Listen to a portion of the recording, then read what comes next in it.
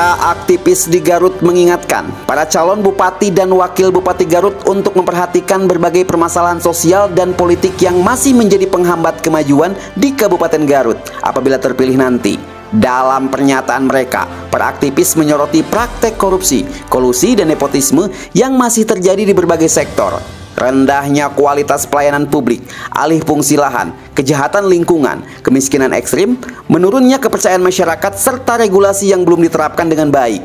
Mereka menegaskan bahwa calon bupati Garut yang baru harus memiliki gagasan dan ide yang kuat untuk memajukan Kabupaten Garut. Alih-alih para pemimpin, calon-calon pemimpin yang mempromosikan visi misinya alih-alih ingin menyelesaikan masalah. Jangan-jangan mereka-mereka itu adalah bagian dari masalah dengan banyaknya persoalan PR-PR yang tidak selesai. Ya, yang berkembang diskusi itu kan masalah PR-PR itu banyak ya, masalah lingkungan hidup, maraknya korupsi.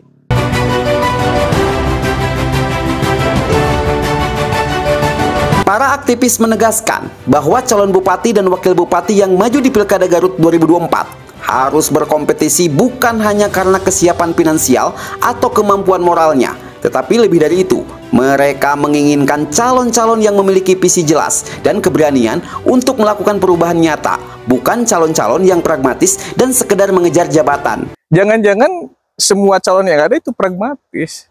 Celakanya lagi kalau di belakang calon-calon tersebut juga ini membawa kepentingan pemodal-pemodal. Maka suara rakyat, kebijakan ke depan itu pasti akan digadai dengan atau dikompensasi dengan itu.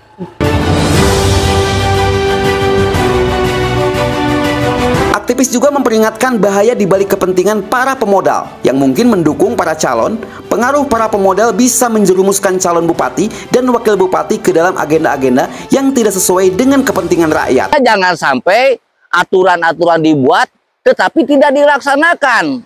Alih fungsi lahan terus. Banyak sawah-sawah yang berubah menjadi perumahan.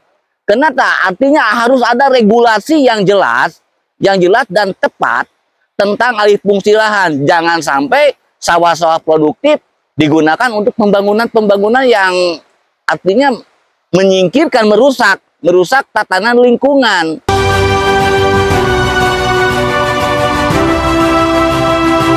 Isu alih fungsi lahan dan kejahatan lingkungan juga menjadi perhatian serius. Aktivis mencatat, banyaknya lahan pertanian produktif yang dialihfungsikan menjadi kawasan industri atau perumahan yang berdampak negatif pada lingkungan dan kesejahteraan petani. Sementara Garut ini sudah menjadi sunatullah bahwa kondisi wilayah Kabupaten Garut adalah 81,39% itu wilayah konservasi lindung.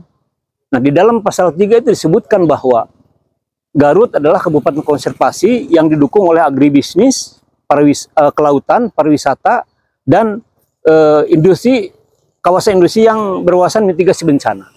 Nah, ini sendiri menjadi kekhawatiran kami bahwa bagaimana calon ke depan itu tidak bisa membentengi persoalan ini tadi.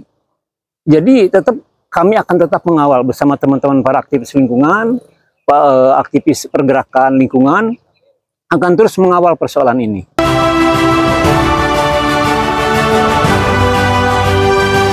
Kemiskinan ekstrim masih menjadi masalah yang mengakar di Garut. Dengan banyaknya warga hidup di bawah garis kemiskinan dan akses yang terbatas terhadap pendidikan, kesehatan, dan kebutuhan dasar lainnya, para aktivis mendesak pemerintah untuk mengambil langkah-langkah konkret. Kita lihat dari sisi kemiskinan ekstrim.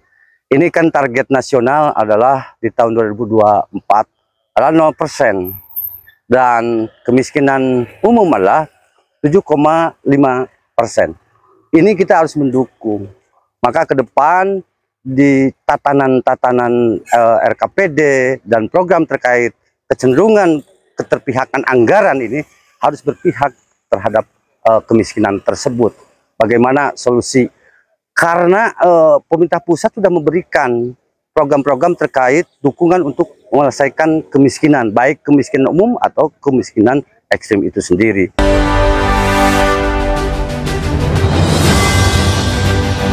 Masalah kemiskinan yang masih membayangi banyak warga, pertumbuhan penduduk yang harus dikelola dengan bijak, serta isu-isu sosial dan politik yang kompleks menjadi tantangan yang tidak bisa diabaikan. Rakyat Garut berhak mendapatkan keadilan dan menikmati kesejahteraan yang merata. Birokrasi sebagai jantungnya di sana, saya kira harus betul-betul sehat, harus steril. Saya mengibaratkan birokrasi itu seperti jantung.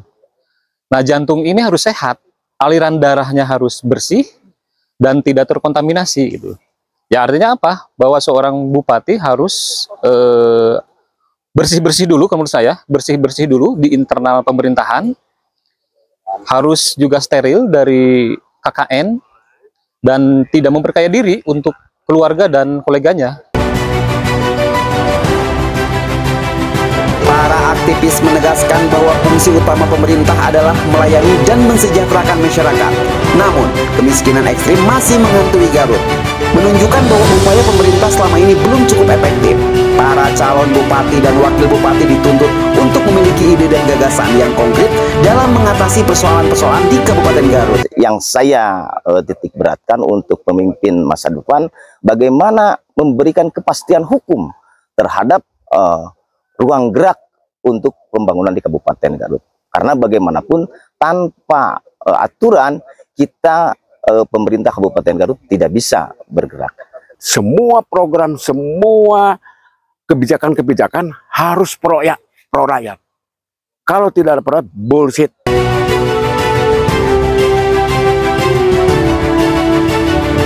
Para aktivis berharap pemilihan di Garut akan bijak dalam memilih, memastikan bahwa calon yang dipilih benar-benar mampu dan mau berjuang untuk keadilan sosial, kemajuan ekonomi, dan keberlanjutan lingkungan di Kabupaten Garut.